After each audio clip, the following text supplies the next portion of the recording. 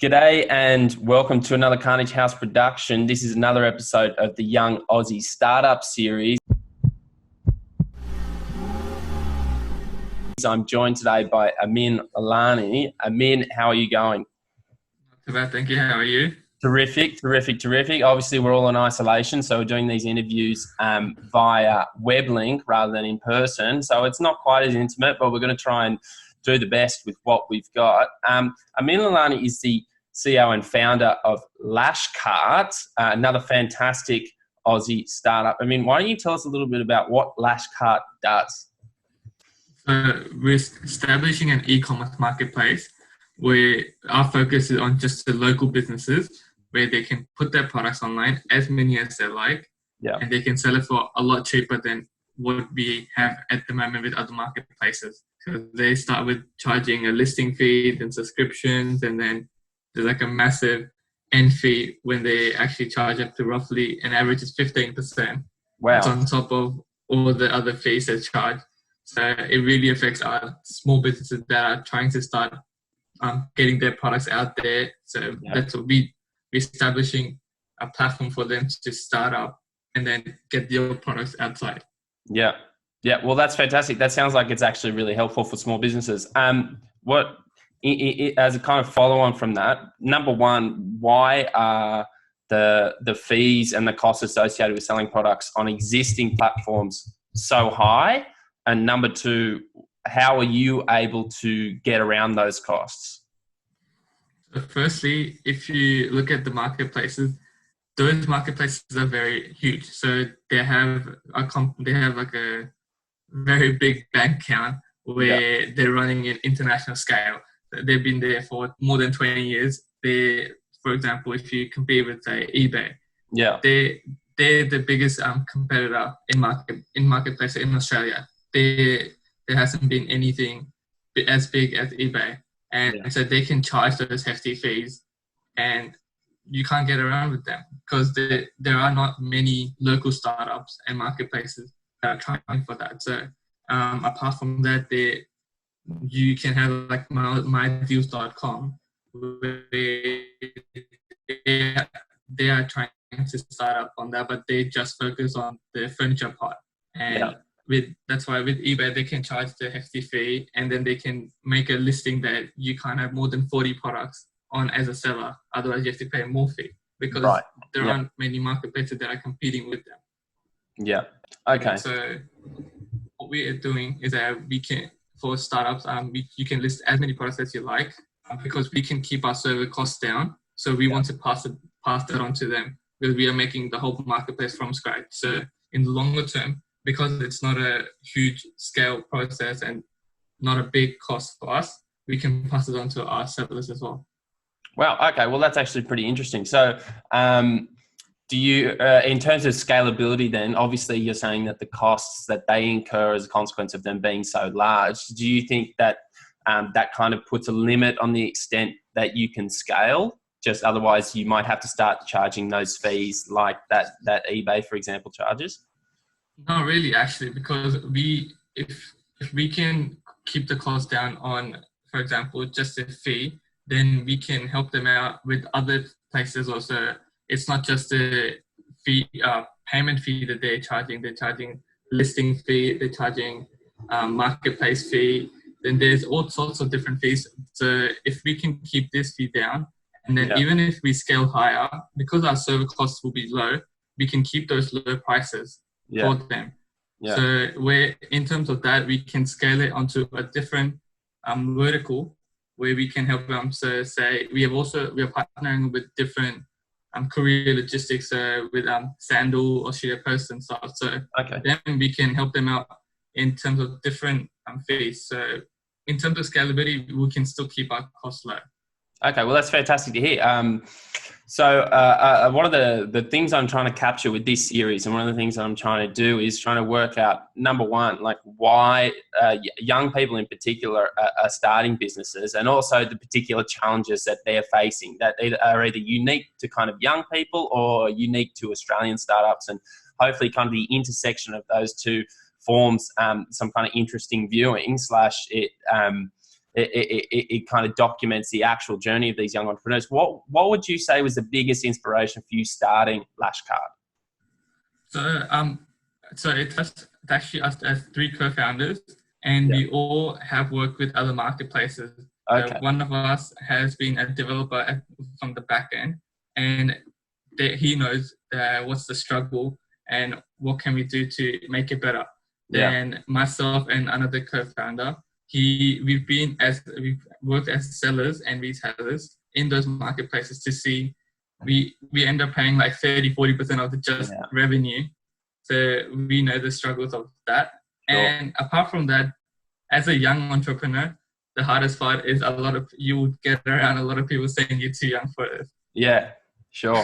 100%. What were you selling? What were you selling on the marketplace? You said you and the other co-founder were selling things. What were you selling? So I used to focus on the coins and other collectibles. Oh, right. And also we used to do imported bracelets and other imported things from Pakistan. Like accessories and all that. So the cost is already high enough. So you don't make much profit. So with the fees, it used to be cost is not worth it. Yeah. So if you were using back then, if you were using your platform now, or what you're aiming to implement as part of your platform, do you think you would have been more profitable? 100%.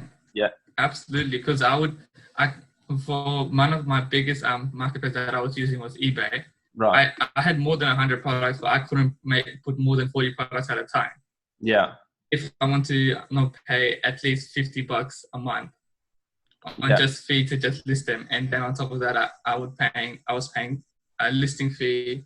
I was paying 15% on top for just eBay. That's excluding PayPal, where they're going to charge a payment fee of about 3%. Yeah. It would have been a lot cheaper. Yeah. I mean, like we've had fairly limited exposure. Like my brother and I started a suit rental business as well before, and then obviously we've also started selling our own merchandise and things. And we found the PayPal fees were quite substantial. If you're not, particularly if you're not selling in high volumes, it definitely hurts on the way out. 100%. Well, that's super interesting. What have you found obviously people are saying you're too young. Are you largely self-financed? Do you have investors, or are you just you're all putting in hours until you can generate a bit of revenue? So at the moment, we are self-funding it. We have been speaking to a couple of investors where we can, once we do launch, then we can start getting them we can show them traction, and then they can start investing with us. But with the COVID-19, everything has been delayed. So you see a lot of retailers running out of stock, and so laying off staff, all of it. Yeah, 100%. So with the COVID-19, it's a bit difficult to get the same traction at what we were expecting. But then again, all the investors that we've been speaking to are a lot understanding because they're going through the same situation. Of course. Well, have you found that it's, from the people I've been speaking to, the coronavirus and COVID-19 has actually been kind of a blessing in disguise.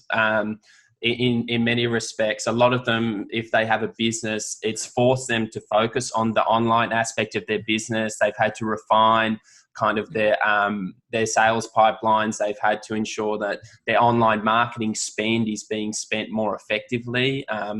So a lot of them are finding that there are benefits that are coming out of it. Have you found that there are a couple of benefits coming out of this time for you and Lashcart? 100%, because more than 50% of our local businesses are offline still. Yeah. So by us helping them by charging no fee until they actually sell a product, we are helping them out by listing their products onto our platform. Yeah. And that way they can have an online exposure, because of which we have almost 200 sellers that have signed up with us before launching. So that's what, at the moment, what we are doing is getting them to list their products online, helping them out to put and get an online exposure. So yeah, it has been, there have been downfalls, but there's also been a positive note on that. Well, that's fantastic. So, you in terms of the fees that you do charge, like for you, what are the businesses you're really trying to target to bring online? Obviously, there are businesses which do higher volumes, smaller margins, which are just kind of trying to list as many products as possible to sell as many products. Are you looking for more of those businesses to come onto Lashcart, or are you looking more for the higher margin, lower volume products? So at the moment, our fees is 6%. Yeah. That's the marketplace. That is for all the local businesses that are selling, small to medium, of course. We want to aim at mostly the startups and the ones that really want the help, but we also do want the businesses that are already selling their products, because that way we can help them out, have another market channel for them to sell their products. So in terms of if we get the higher volume, we can help them out by lowering the fees, because we have partnered up with Stripe. So in terms of that, so we can also help them out in the payment fee. Right. There are a lot of benefits if we can get the higher volume from both sides. Sure. Are you looking would you be kind of open potentially so if you are targeting startups, a lot of startups, for example, at the start won't be able to sell particularly high volumes, but do you feel as if you're kind of really open to negotiation on the fees, or is the 6% kind of you always stay at 6%? Like if you increase your sales volume substantially, would you is Lashcart open to reducing the fees potentially? 100%. So if a higher business, the business with a higher volume is able to join us and they know that they can sell it at a higher volume, we can definitely look out for some cheaper products, prices, because that way we can lower our costs and we're more than happy to help them out at the same price. Yeah. Well, it sounds like you're really, really open, and you're actually kind of keen to help a lot of businesses. And I think the service that you're offering is a really, really good one and a fundamental one, particularly as kind of eBay. And I don't know how much you have to deal with Amazon, if Amazon's particularly prevalent in Australia, but it sounds like absolutely you're doing a really, really good and almost noble service here. So I think a lot of small businesses and startups would really actually appreciate what you're doing. What has been what has been kind of the biggest lesson you've learned so far as a consequence of building Lashcart, do you reckon? There are a lot of ups and downs, and of course, so in terms of that, we've had some struggles in terms of how to get the product running. There's a lot of security threats that we have to go through, right? And that happens every day. I mean, but we have a good team of developers that make sure everything has been secured. So we haven't had any threats that have passed our security breaches. Yeah. So that's a big challenge. Then in terms of, because we haven't come across anything like that before. Right. And I myself am from a finance and economics field. So yeah, my co-founder has come up, of course, so he knows what to do. Yeah. Apart from that, the challenge is actually getting the investors on board, because it's a big scale project. So you need a lot of money for it. Yeah. At the moment, we are self-funding it, but eventually we will need the funding. So it's a big process. It's a longer process than what you would expect. Yeah. But it's an interesting one, because you'll see ups and downs. You'll see some people saying, "Oh, no, you can't do it," and some people saying, "Okay, maybe you can." So a lot of your time onto it while doing your normal commitments like family. Yeah, sorry, I think you just might have cut out there for a little bit, but that from what I heard, that definitely sounds consistent with quite a lot of startups in terms of the struggles that they're facing. How many people are working on Lashcart at the moment? Is it just the three co-founders, or have you brought on some other people to help with the development, the back end, the marketing, that type of thing? So it fluctuates between how many people are working at a certain time, but there's generally been us three co-founders, and there have been 3 or 4 developers that have been constantly working on it. But at one time, we had to have there was roughly around 21 of us. Wow. because of the development, and then graphic designing and all sorts of stuff. So there were, at one time we had 21, but mostly all of them were part-time because like we won't need them every single day. Yeah. Okay. Okay. Well, that's and so are you primarily the guy who organises the schedule of when people are working? Are you also in charge of kind of getting those developers to come on, or is that split up amongst you and your other co-founders? It's everything's split up. So in terms of the broad picture, that I have to make sure everything is organized, and of course, but then it's been split up in the development part from one of the co-founders, and the rest of the retailers and marketing part has been brought up by other co-founders. So everything has been split, but then it all comes back together. Yeah. Well, that makes sense. Well, that sounds like you're sharing the load, and that it's not. Yeah. How many hours do you reckon you're spending every day on Lashcart? I mean, obviously you're still studying. At the moment, I'm spending about anywhere between 8 hours, 10 hours a day. That's excluding for the actual work that I have to do to pay the bills and invest in the startup. So for that, I actually have deferred my studying so that I can focus on this, and we can get this launched. So Well, that's I try to juggle in the start all three, but it's hard. It's too hard. If you really want to do it, If you want to do it properly, it can be quite substantial. Like I was doing I did a finance degree at Sydney as well. So, and I know how consuming that can be, particularly in that third year. There's a lot. It's just a question of hours. Like you just have to get through the content.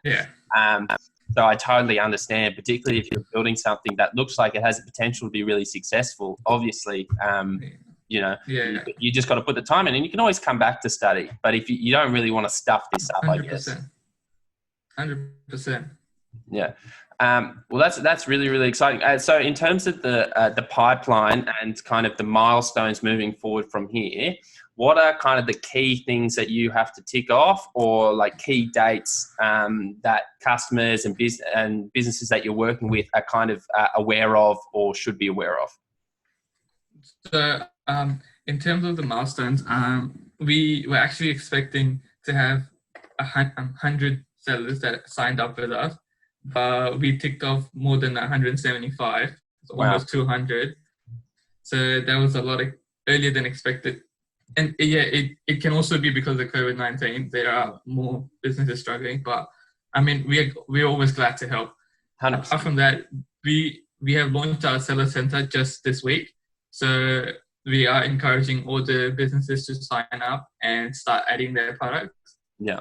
We are always here to help them out and get them started. Apart from that, we will be launching the whole marketplace very shortly. We just haven't announced the date yet because we're still working on the businesses. Some do have products, some don't. So we just have to really make sure. But we will be launching the whole marketplace very soon. Well, that's really, really exciting. And I'm excited for you just talking to you about it. It sounds like a really, really, I think, positive and beneficial thing that you're developing. And I think more competition in that online marketplace space is always needed and always beneficial, particularly for small businesses. Those fees 100%. And costs that you talk about actually add up, and they're really, really quite substantial for people who are just trying to sell their products online. So that's really, really fantastic. What would you say? Before you couldn't think? Sorry. No, go ahead. I was just saying before you couldn't think about shipping your products except Australia Post, but now you have Sandal comparing with them and competing at a very good price. So there's always businesses out there, local businesses that want to get those prices lower. And sorry, I think it just cut out there. It's just cut out there for a second. That's okay. You mentioned Sandal, was it? Is that what it's called? What is it? I hadn't heard of it. So it's actually the logistic couriers they're starting out. They have started, of course. So what they're doing, they're competing with Australia Post. I mean, before you couldn't think of shipping anything except Australia Post, but now you have one of the courier service that are competing with them at a very good price. So now, yeah, so like there's always local startups that are trying to cut down the cost, because if it's mostly better for our businesses, because if they have more revenues and more money in their pocket, they can make better products just for the to serve. That's exactly right. That's it. Well, that's definitely like one of the things I've found as we're developing this series is that a lot of young entrepreneurs also know other young entrepreneurs and people developing startups, which are actually really interesting, but just aren't getting out there, as in they don't really have a voice, or their marketing, like they can't focus on marketing. So that's kind of one of the aims of the series. And I would definitely be keen to talk to the people at Sandal. Do you have a relationship with them?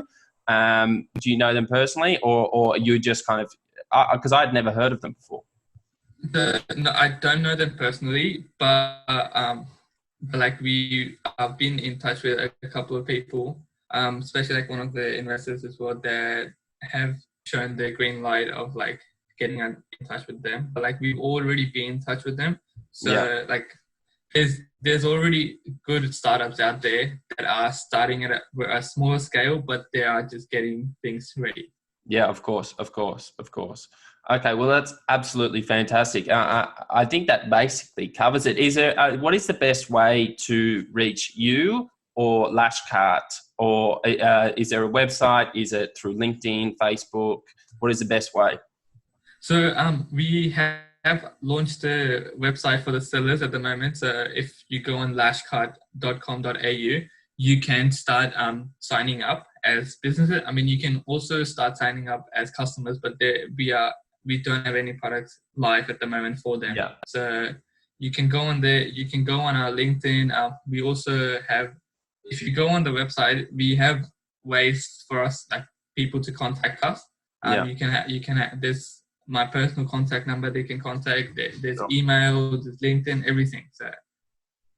Well, that's awesome, and absolutely, I want to do as much as I can to help young Aussie startups like yours, which are actually delivering an actual benefit to people. It's fantastic to hear that you're doing this, and I think it's absolutely needed. It's an essential service now, and especially now when people can't really see each other and kind of go face to face with customers. I think it's critical now more than ever. So thank you for your service. 100%. We appreciate it.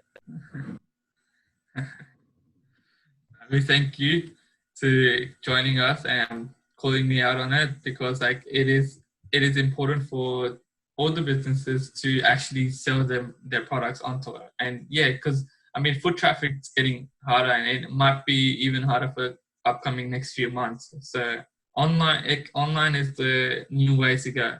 Yeah, that's exactly right. Well, thank you again. I mean, we really, really appreciate you coming on. You take a time out on the Easter weekend on a Saturday. I'm sure you're going to be absolutely flat out today, though, working on Lashcart. So thank you for your time, and I look forward to hearing from you again. I definitely want to be following up and seeing how Lashcart goes, especially after you get the marketplace live. Definitely, please keep us updated. Thank you. Hopefully, we'll speak to you soon. Perfect. Thank you.